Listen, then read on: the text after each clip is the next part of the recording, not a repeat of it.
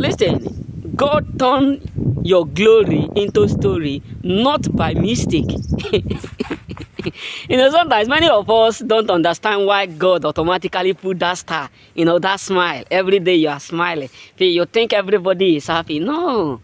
Let me be real with us, choosy one. That story that automatically turned to glory, that every day when you wake up in the morning, you look at your life. I'm not talking about your bank account. I don't care what you have in your bank account, but you look at your life. You say, oh, God of miracle, now my Papa, oh, God of miracle. You know what I'm saying?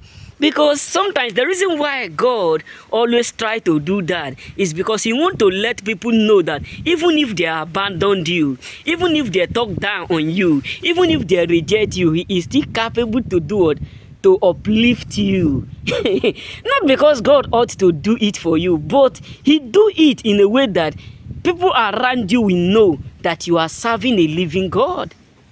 Listen, when the brothers of Joseph, when they selected all of them, it was only David. Sorry for saying Joseph. It was only David that was left at home to be cooking, taking what, But go look at it. How can my own be left over when I have never been left behind? I am only the master, the author, the finisher, the the God that is greater than all gods. How can my own be left at home? He look at Joseph. He look at David. He said, no, I have something greater ahead of you. And David was just carrying food. The moment he looked at Goliath, he said, no, I remember the God who did it in the old. He first they said, I'm going to kill. People think it is David that was speaking. There's something that people don't understand about the mystery behind the going down of Goliath. It's not David that killed Goliath. Let me just tell you, it is God that struck Goliath. That is why when devil is about to kill a man, he used a man. When devil is about to kill anybody, destroy anybody, he used people around you. So God entered David. This is something that a lot of people will not tell you. So we said David was so small that he killed. No. David is bigger than what you see. Spiritually, he's taller than Goliath. Spiritually, is mightier than Goliath. So if you are up there, you believe that it is David that killed Goliath. It is quite different. It is something quite different. The truth is this: it is God that entered David, that make David become so bold. Because our God is a God of boldness. It's a God of lion. It's a fearless God. So it is God that appeared, that enter into David. Because God don't deal with fear. The reason why God refused to enter Saul, because Saul was anointed like David also. But the reason why it looked like God refused to enter Saul is because Saul automatically have that fear within. And God don't deal with fear. So what am I trying to say is this. Many of us don't know why God turned the table around.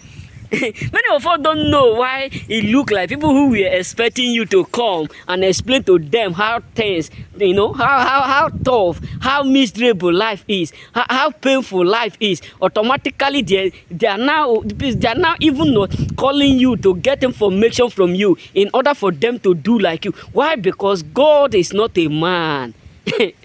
My daddy, there's a name that my daddy used to call God those days. He said, Otokonandu. Otokonandu. He said, my dad used to tell me, he said, our God is not a God who will tell you, I will break that table. And because you are crying, he will say no. He will do what he says he will do. He don't care who is with you. He don't care how many, my daddy used to call it, a battalion. My daddy would tell me, he says, listen, battalion will come by your right. Battalion will come by your left. But when God is with you, you will walk in their midst.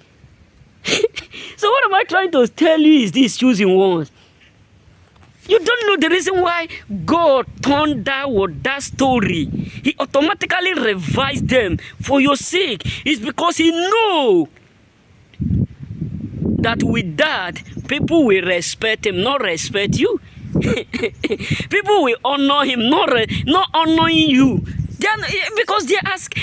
You know, listen, you have no idea how many people who are panicking, who are scared of God because of what God have done in your life. Let me be real with you, choosing one. Majority of us have no idea how many people up there who are frustrated, devastated, who are angry, mad because of the fact that God is doing something unbelievable, something what incredible, something what unimaginable, something what unstoppable. Because most time the reason why God reconfigure our life is not only because he ought to do it, it's because he want to prove to them that even in the wilderness he is still God. He want to prove to them, even when there is no water for Israel in the wilderness, that he is still able to do it, not talk less of now. The Bible said the Israelites marched for almost 400 years in the wilderness. Not even their shoe were wearing. Imagine like this, my shoe now that I buy more than 3 years now. It's still, if I look at it, it's already what? It's already, the water mat is already going. Not talk less of 100 years, 200 years, 300 years, 400 years. And you think that God is a God of joke? You think that I am is not coming. That's why sometimes if I see some people like those days when I was in school, I do used to see, I do used to hear from some of my friends. They say something. You always talk about God. You always walk. You always believe that God is good. If God is truly God, why will this happen? I look at them. I said, I don't have anything to argue with you because lack of knowledge is the greatest sickness on earth, which people don't understand.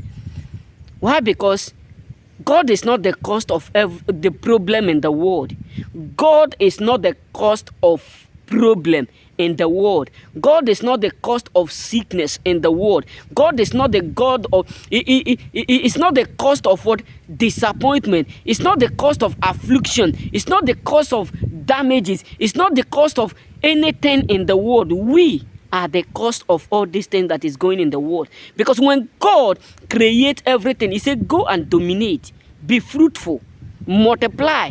There is no place, maybe I have not read it, where God he said you will be sick when you have not done something wrong. It is sometimes, it is because of our hand and with our mouth, that evil we did, with, the things that we do, because we refuse to obey the law.